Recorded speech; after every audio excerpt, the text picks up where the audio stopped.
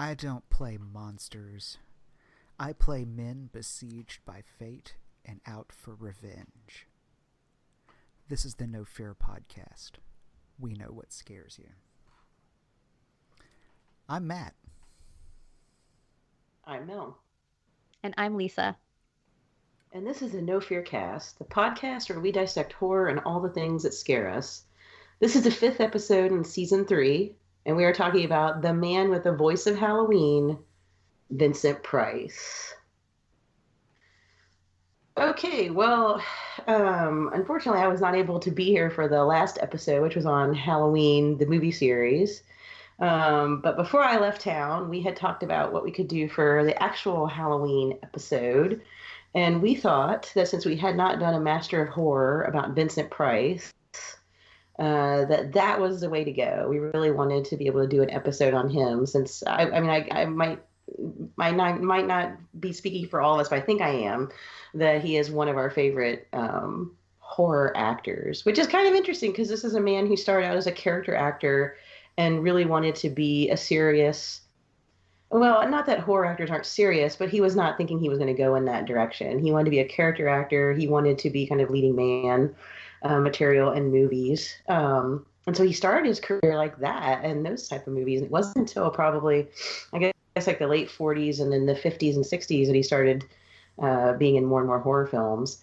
I'm not sure how you guys want to start out, but I was thinking maybe we could talk about like our favorite Vincent Price movies. I don't know. What do you guys think? I don't like Vincent Price.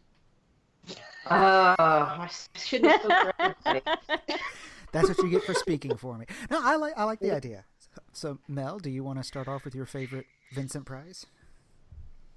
Oh, it is so hard to pick just one, but I think The House on Haunted Hill, that William Castle movie, might be one of my top ones.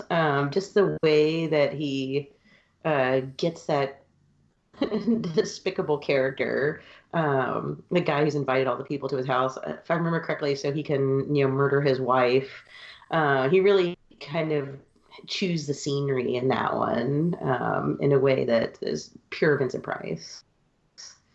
What about you guys? Well, go ahead. No, I also really like The House on Haunted Hill. That is up there probably in my top 5. But I think my favorite, and this is just, I think for nostalgia reasons, it is House of Wax, the 1953.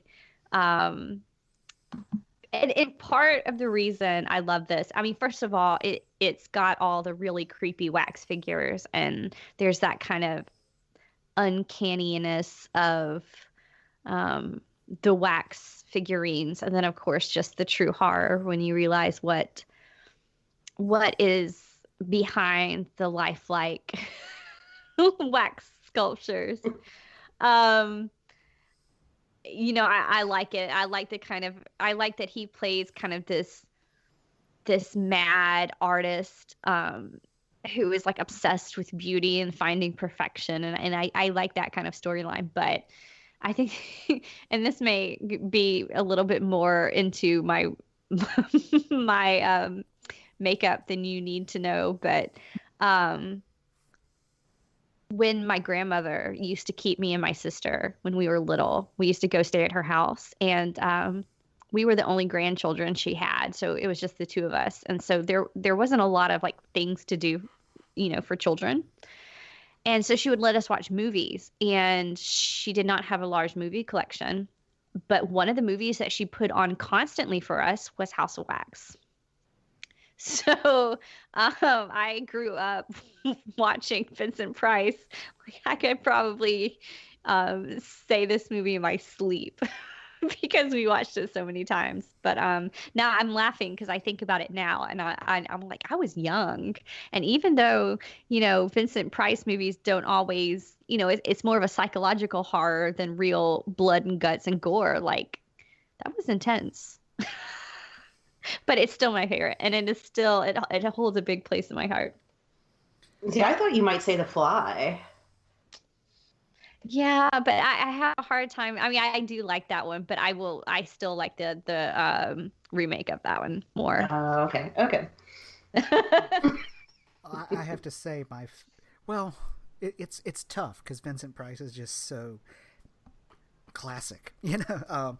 But I guess if hard pressed, I would say probably my favorite is The House of Usher, and like him as Roderick Usher is just great. I mean, it's just so fun to watch him. One of my other favorites of his is probably not one of the ones he's more well known for, but growing up, our neighbor was like he loved a lot of weird stuff, but he was pretty cool, and he loved the movie The Tingler, and I remember one time made us watch them, and The Tingler is just so campy and such a total B movie, especially that whole idea of having like your seats tingle in the theater with that Percepto vision or whatever it was called. Yeah. Like it just sounds like such a like late 50s early 60s gimmick, and I love it. I do also want to give honorable mention to the voice work that he did in music, most notably the intro to Thriller by Michael Jackson and The Number of the Beast by Iron Maiden, because I mean, it's just awesome. So those are my favorite Vincent Prices. Yeah, well, that's what's so fascinating about a man like Vincent Price is that he had such a long career. And even though he was known for his horror and terror stories, I guess, that those were the ones he was most well known for. There's such like a breadth of material that you can look at because I mean, yeah, you have the Castle productions, the William Castle productions that he worked on. But then, Matt, you mentioned like the Edgar Allan Poe adaptations. Like, there are some really good ones. Didn't he do Ligeia? Um, I think he did. I He feel also like I watched Ligeia. he also did Pit and the Pendulum, and both that and Right. House of Usher. Those are both Corman films. So. Yes, Mhm. Roger And Corman, he did you're Mask right. of the Red Death too. Oh yes, Yep. Mask with the Red Death. Uh-huh. Yes. But he And he also did- tackled Hawthorne, right? Because he did Yes, the yeah. Twice Told Tales anthology, which had I think like 3 different Hawthorne stories that it was based on. Heidegger's Experiment and what were the others? Rappaccini's Daughter, the one about the girl in the garden, and The House of the Seven Gables. But let's not forget that he was also in that wonderful classic Dr. Goldfoot and the Bikini Machine.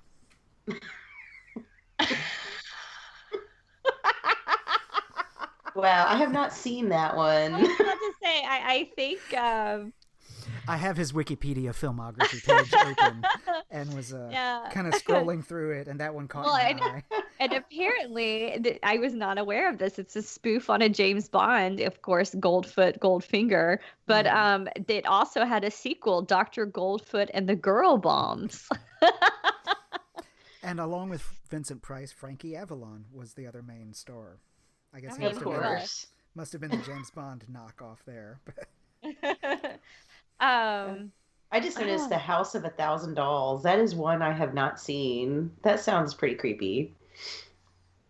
Yeah. I mean, he really did a lot, and I find that fascinating. I mean, well, we're leaving out one of the biggest ones, Edward Scissorhands. Oh yeah. Oh yes, yes. Mm-hmm. Yeah. Oh, he was yeah. Oh, that one was so good. That one was so good. In fact, Tim Burton actually did. I don't know if y'all have seen this. You can find it on YouTube. He did a little like cartoon. When I say little, like 5 or 6 minutes long, and it is about a boy who, like can't get along with the outside world because he's just different. He's basically just this little goth boy, but it's called Vincent, and there's lots of kind of allusions to Vincent Price, and at one point he reads Edgar Allan Poe's The Raven. So that's kind of a fun homage, I think, especially remembering that he was in uh, Edward Scissorhands later, because Vincent came out before, like the decade before, I think. Uh, Edward Scissorhands did, but they had a good that seems like a natural fit to me. Vincent Price and Tim Burton. Well, and the thing that I didn't remember was how long. I mean, he was acting up until the year he died, which was 1993. And I mean, I always think of Vincent Price as like 60s and 70s and maybe a few things in the 80s, but he was extremely active, and I mean, died much later than I thought. I could have sworn he died like in the 80s in my head for some reason, but no, I mean 1993. So I mean, yeah, just a very long career, and you know, if you listeners like look at his filmography, I mean, back in the 60s and 70s, there were a couple of years where he was in 3 or 4 movies in one year. I mean, that's just insane to me that he was so active, you know. Oh, yeah. While also doing Broadway. Sorry, I didn't mean to cut you off. Oh, that's fine. I was just going to say that, yeah, like he did radio drama. He was the Saint in the Saint radio program. He was at Broadway. He was on television programs, like any television program at the time, like Night Gallery, Alfred Hitchcock Presents, Have Gun, Will Travel, Get Smart, being guest stars on those as well. So yeah, plays, films, radio, theater, television. I mean, he was doing everything. He had to have been insanely busy. Well, and not only that, but I mean, because when it knocks your breath out when you look at the scope of his career, because he did work from the 30s to up until he died in the 90s, and he got to work with so many different people. We've already mentioned some of the directors he worked with, some of the iconic people, other people actors he worked with, like Peter Lorre and Boris Karloff. But he had these crazy side projects too, that in addition to his radio work and his stage acting and his film acting and TV appearances, that he would, because he seemed to say no to, he wouldn't say no to anything, because that's how it seems. But he was a big proponent of the arts, and since he had money, he would buy up like well-known pieces by artists that you would read about in like a college art class. And like I'm going to use Picasso for an example. I don't know if for sure if it was Picasso, but you'll get the gist. He would buy them up and then sell them at a price so that kind of the everyman could afford them. Yeah, he worked with Sears and wrote up on that. Yeah, he actually had a catalog, like he sold paintings in the Sears catalog. To get art, because his idea behind it was that art should be available to everybody, and that should be something that everybody can enjoy, and it should be in everybody's home. And he was very passionate about that, which I find so intriguing, because I mean, he had a very successful career and he must have been busy. And then to have this on the side too, in addition to other things, but that one in particular, I find fascinating. And he was also a great cook. I think he actually did some cookbooks even. I think I remember seeing that. Yeah. He did several cookbooks with his second wife, Mary, A Treasury of Great Recipes. Mary and Vincent Price present a national treasury of cookery. Mary and Vincent Price's Come Into the Kitchen cookbook, and Cooking Price-Wise with Vincent Price. And that was during the late 60s and the early 70s. And I'm pretty sure he was part of a group to help put art in the White House. I believe he worked with Jackie O on that. And then later, even I think he worked with Eisenhower on it as well, right? Yeah, he was part of a board to help get art into the White House, and then later he did work on the Indian Arts and Crafts Board.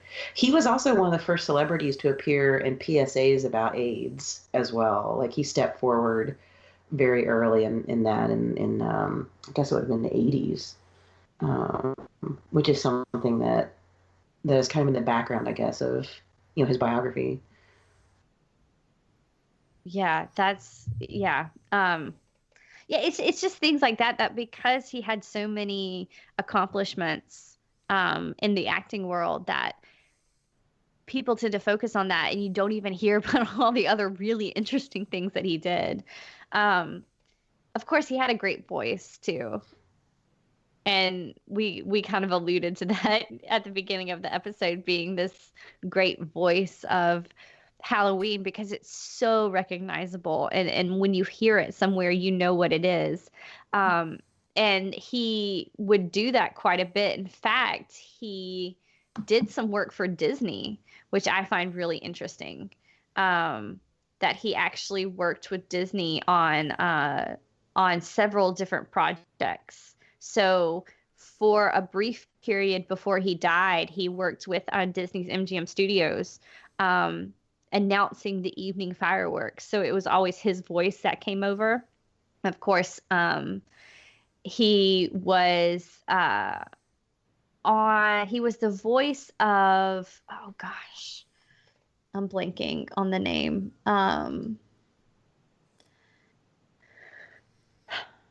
In The Great Mouse Detective. Oh, He yeah, was yeah. I don't know if you Radigan. remember that. Yeah. Radigan, yeah. He was Radigan. Radigan. Yeah. Yeah. So he did a lot of things like that, and that's really fun to have that connection. He's a good villain. He does a good villain's voice. He does. It's really quiet and ominous. And it works really well. I mean, even I was watching The Invisible Man Returns a couple weeks ago, and that's 1940, and he is so young. It's almost like I almost was like, wait, which one's Vincent Price again? But as soon as he started talking, I knew. Like, that voice is just so iconic.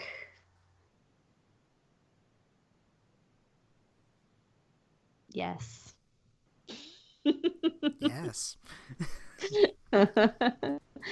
um, kind of going back, I don't want to belabor the connection to Disney, but this is something I find fascinating because I'm also a little bit of a Disney nerd. But apparently, Vincent Price and Walt Disney were actually distantly related.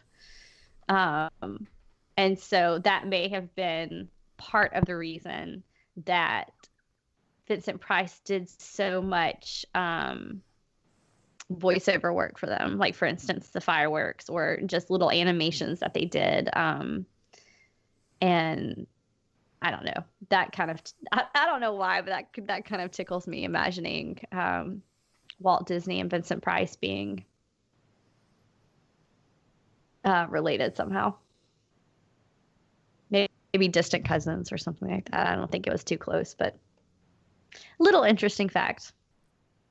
For those of you who are interested in Vincent Price, kind of in the way I think that we are, if you share this interest, one good resource that you may want to look at is the biography that his daughter wrote.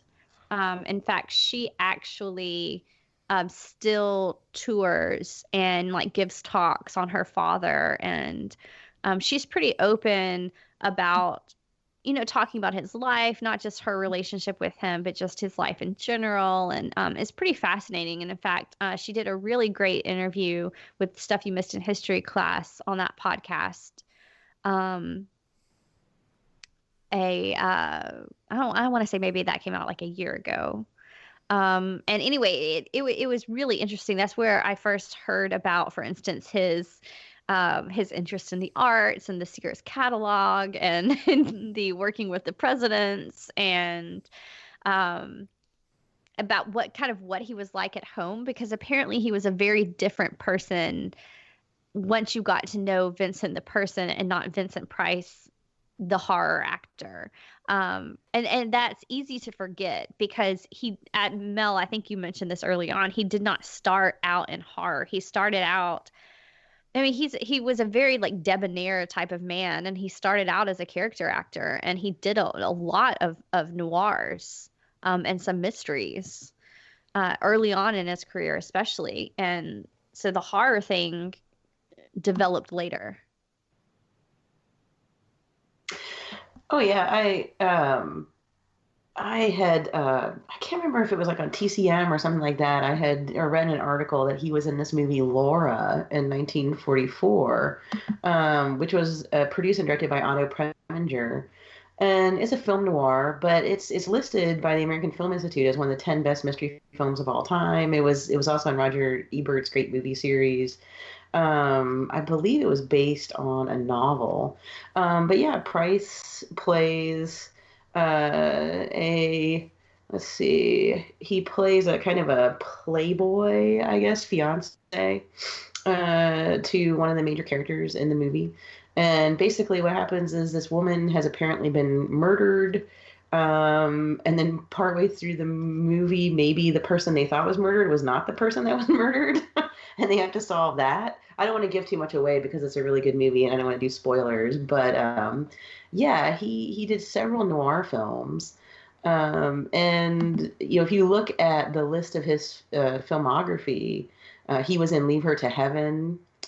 He also played a minor character in one of the Bible movies, The Ten Commandments. He was a minor character in The Ten Commandments. It seems like if you look through his films, it wasn't until, say, around the mid-50s that he started doing horror movies regularly, because that's when House of Wax pops up. Yeah. And The Fly, and The House on Haunted Hill, and Return of the Fly, and The Tingler, and The Bat, which is a great movie. Is not one that gets talked about a lot, but another kind of gothic house / murder mystery movie as well.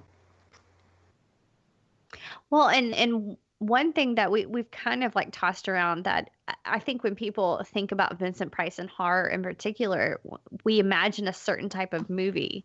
Like he is connected more with the William Castle or Corman type films that are just a little bit over the top and a little bit campy and a little bit of a B horror movie that I think sometimes too you can forget about how talented he was, because one, as you were listing that off, that occurred to me, Mel, was that he was actually in The Last Man on Earth, which was based on Richard Matheson's I Am Legend, which we've talked about before on this podcast. Mm-hmm. And that was a good, I mean, that was horror in the idea of kind of terror, I guess, more in that realm. That was a good performance, and that was a very serious performance. He wasn't playing the kind of campy villain or the, he always has this kind of like con man-esque feeling to his villains, like they're, you love to hate them. I'm thinking in particular of the House on Haunted Hill because, he's a millionaire, first of all, and he's up to no good. But just some of the little jabs that he shares with his wife, knowing full well, he intends to kill her. Mm-hmm. And that he's cooked up this really elaborate scheme when you think, okay, you could have killed her in a much easier way. And so he becomes these kind of villains that you love to hate, but in movies like The Last Man on Earth, he plays that really straight and he plays it really well. And I think that's something that needs to be pointed out and kind of that he needs to be recognized for too, is that he wasn't always this over the top character. Sometimes he was just a really great actor. Yeah, I hate to say this after you just got done talking about how he was a great actor, but the house on Haunted Hill was where the promotional gimmick was Emergo. I just remembered that because we've been talking about the Tingler, and basically it was where there would be like this pulley thing at the screen, and they would basically like throw this skeleton out over the audience, kind of like at the end of the movie. Which is just so amazing. Was it kind of like in Phantom of the Opera where suddenly the chandelier comes crashing down? It flies over top of you, like when you're in a concert and the singer, like Garth Brooks or something, swings out over the audience. you know, the skeleton swinging out over you late in the film. You know, I really, I know I've said this before, and I think it was in the episode that we did on William Castle, which I think was a Patreon episode.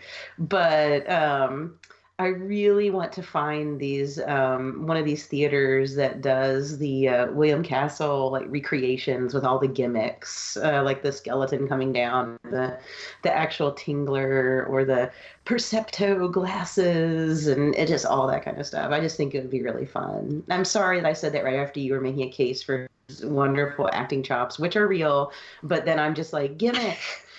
I must talk about this. To be fair, the gimmick rests solely on the shoulders of William Castle. That is true. He was the man of the gimmick. And this may be going off going off topic a little bit too much, but I would really love to watch a few of William Castle's movies with a few of his gimmicks set up as they were intended to be, because I think that would be a blast. But I've heard that some movie theaters now, like, you know how they have those big like IMAX theaters now? Mm-hmm. Or they have like the theaters that have those super nice seats that make you want to fall asleep when you sit down in them. I've heard that now they have some of those that move like and vibrate with the movie you're watching. So for instance, I think one of the things that one of my friends was telling me, she went to go see the new Jurassic Park movie, and she saw it in one of these theaters. And so it wasn't just like you saw like, for instance, the water the water glass shaking to show how the world was vibrating with the dinosaur's footsteps. In the theater, the seats would actually vibrate with each step that the dinosaur took. And so it was kind of a new way of experiencing the movie and putting you more into it. And I wonder, with the way technology is going and how desperate movie theaters are to get people actually in the seats and not streaming from home, if we won't move into maybe a little bit more of a more sophisticated William Castle type of experience at the movies. Well, that'd be interesting.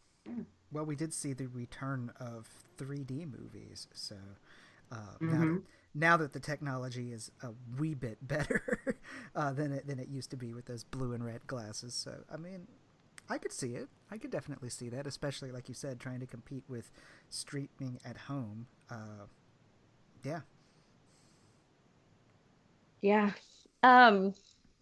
Well, getting back to Vincent Price, of course, we've talked a little bit about how, you know, he really cultivated this debonair look, and apparently that was more of how he was in real life. And we've already talked about like how he liked to cook and, you know, drink wine and look at art. And he was this very refined man, and I believe he came from a wealthy background. But just a little kind of fun fact is that Stan Lee actually modeled the character of Doctor Strange after Vincent Price, which I did not know until doing research for this podcast. But now that I think about it, it makes complete sense. Yeah. Like, it really does.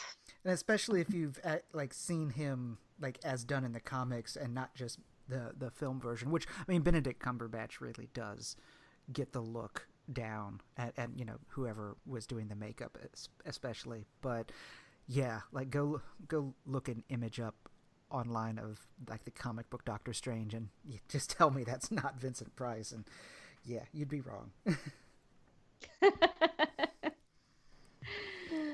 Oh.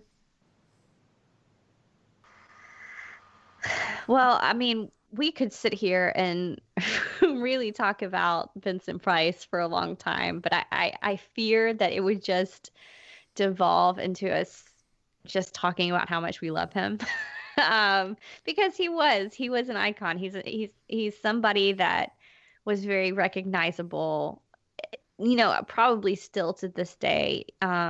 He had a part in so many important movies, and he just seemed to have fun with everything. You know, for everything that people said about him. He was just a really good person, and people enjoyed being around him, and he enjoyed being around other people. And I think that says a lot. And because there was kind of a sweetness to a lot of his roles. And especially when you look at his last one, which is the Edward Scissorhands role, that is just, I mean, it's almost heartbreaking to watch the kind of love and yearning that comes through in that character. And yeah, I can't say enough things about Vincent Price. He had one of the best laughs of all. He could just sound absolutely evil and crazy. But like I said, I'm not going to let this devolve into just a list of things that I love about Vincent Price. So I think this is a good place for us to end.